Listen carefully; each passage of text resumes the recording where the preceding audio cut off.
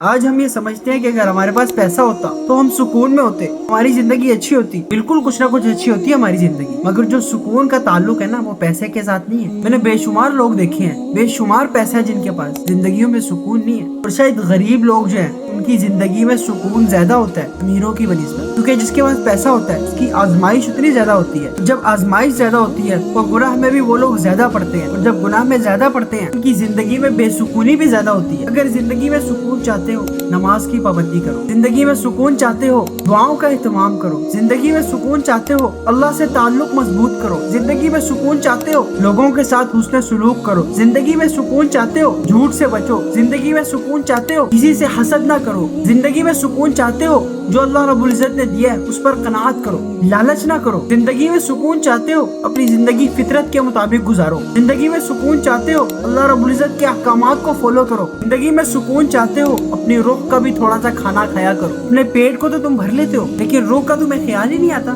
اور جو یہ سارے کام کرے گا زندگی میں تو اس کو سکون ملے گا ہی ملے گا، اور آخرت میں بھی اس کو ہمیشہ ہمیشہ کی جنت ملے گی جو اللہ رب العزت نے ایمان والوں کے لیے تیار کر رکھی ہے، مومنین کے لیے تیار کر رکھی ہے، ان لوگوں کے لیے تیار کر رکھی ہے کہ جو آج گناہ سے بچتے ہیں، اپنے نفس پہ کنٹرول کرتے ہیں اور حق پر قائم رہتے ہیں۔ اور بالفرض اگر تم سے گناہ ہو بھی جاتا ہے تو اللہ رب العزت نے تمہیں دھتکارا تھوڑی ہے۔ اللہ رب العزت نے یہ تھوڑی کہا ہے کہ اگر تم سے گناہ ہو گیا تو اب جو ہے نا وہ تم گناہگار بندے بن گئے، اب گویا میرے قریب بھی نہ مت آنا، تمہیں جہنم ہی میں پھینکوں گا۔ اللہ رب العزت نے توبہ کا آپشن رکھا ہے، گناہ ہو جائے توبہ کر لو، اللہ رب العزت سے مانگ لو کہ اللہ نادانی میں گناہ کر بیٹھا ہوں، ارادہ نہیں تھا، معاف فرما دیجئے، تو اللہ رب العزت معاف فرما دیں گے۔ جزاکم اللہ خیر۔